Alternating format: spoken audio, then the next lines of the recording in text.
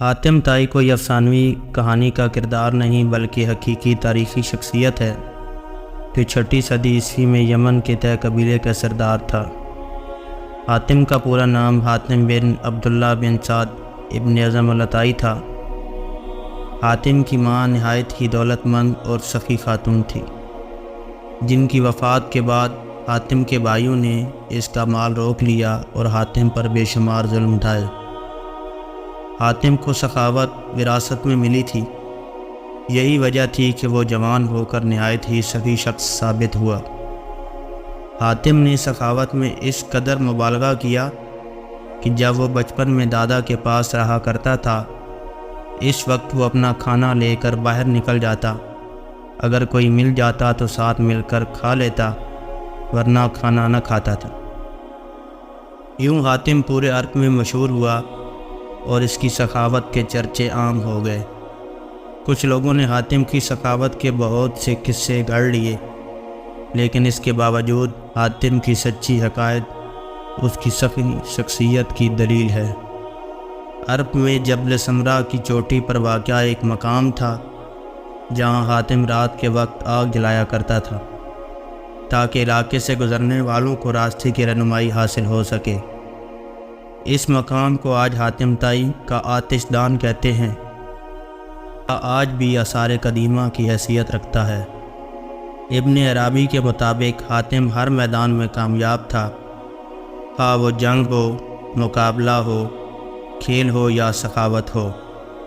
زمانہ جاہلیت میں ماہ رجب کا چاند بہت ہی مقدس مانا جاتا تھا، لہٰذا جب رجب کا مہینہ شروع ہوتا تو حاتم ہر روز 10 اونٹ ذبح کرتا اور لوگوں کو کھانا کھلاتا۔ یوں تو حاتم کے سخاوت کے فراغ دلی کے قصے بہت سارے ہیں، لیکن چند ایک جو بہت ہی مشہور ہے کہ روم کے بادشاہ قیصر کے دربار میں ایک دن حاتم طائی کی سخاوت کا تذکرہ ہوا۔ ایک شخص نے بتایا کہ حاتم کے پاس عمدہ نسل کے گھوڑے ہیں جو نہایت ہی خوبصورت ہیں۔ حاتم کی تعریف سن کر بادشاہ نے کہا، جب تک کسی آدمی کو آزمایا نہ جائے، اس وقت تک اس کے بارے میں کوئی رائے قائم کرنا عقل کے خلاف ہے۔ بادشاہ نے کہا، جاؤ اور حاتم کی سخاوت کے بارے میں ہمیں معلومات فراہم کرو، اس سے کوئی ایسی چیز طلب کرو جو اس کی نظر میں سب سے زیادہ قیمتی ہے۔ درباری نے کہا کہ حاتم کے لیے سب سے زیادہ عزیز اور قیمتی اس کا تیز رفتار گھوڑا ہے، لہٰذا بادشاہ نے یہ حکم دیا کہ حاتم سے اس کا گھوڑا مانگو اور میرے پاس لے کر آؤ۔ لہٰذا وزیر کے درباری کئی منزلیں طے کرتے ہوئے رات کے وقت حاتم طائی کے گھر پہنچے۔ جب وہ وہاں پہنچے تو موسلا دھار بارش ہو رہی تھی۔ ایسے خراب موسم میں گھر سے نکلنا نہایت ہی مشکل تھا، لہٰذا مہمانوں کے کھانے کا انتظام کرنے کے لیے حاتم نے اپنے گھوڑے کو ہی ذبح کر دیا اور دسترخوان پر لذیذ بنا ہوا گوشت پیش کیا۔ صبح کے وقت جب بارش تھمی تو ان وزیروں نے کہا کہ ہمارے بادشاہ کے سامنے آپ کے گھوڑے کی بہت تعریف کی گئی ہے، بادشاہ چاہتا ہے کہ آپ اپنا گھوڑا بادشاہ کی خدمت میں بطور نذرانہ پیش کر دیں۔ وزیر کی بات سن کر حاتم نہایت ہی افسوس کے ساتھ کہنے لگا کہ وہ گھوڑا تو میں نے آپ کو رات میں کھلا دیا۔ وزیر نے کہا، ہمارے بادشاہ کے سامنے آپ کے گھوڑے کی بہت تعریف کی گئی، یہ بات اگر بادشاہ سنے گا تو وہ آپ کی سخاوت کا بھی قائل ہو جائے گا۔ سن 578 عیسوی میں حاتم کی وفات ہوئی۔ حاتم کی وفات کے بعد اس کا بیٹا عدی طے قبیلے کا حاکم بنا اور 9 ہجری میں مسلمان ہوئے۔ ان کے اسلام لانے کا واقعہ بہت ہی مشہور ہے۔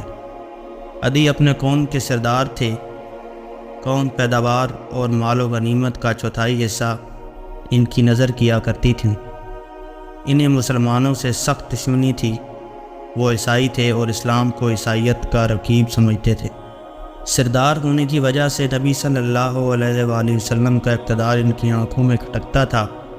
یمن کے قبیلے طے نے اسلام کے خلاف بغاوت کی۔ حضرت علی ابن نو یمن کے گورنر تھے۔ انہوں نے بغاوت کو ختم کیا اور بغاوت کے لیڈروں کو گرفتار کر کے مدینہ بھیج دیا۔ ان میں عدی کی بہن صفانہ تھی۔ یعنی صفانہ بنت حاتم، وہ بھی نبی صلی اللہ علیہ وآلہ وسلم کے سامنے پیش کی گئیں۔ انہوں نے کہا کہ میں سخی حاتم تائی کی بیٹی ہوں، میرا باپ بھوکوں کا پیٹ بھرتا تھا اور غریبوں پر رحم کرتا تھا۔ اس پر نبی صلی اللہ علیہ وسلم نے فرمایا، تیرے باپ میں مسلمانوں کی سی خوبیاں تھیں، اگر تیرا باپ مسلمان ہوتا تو یقیناً ہم اس پر رحم کا معاملہ ہی فرماتے۔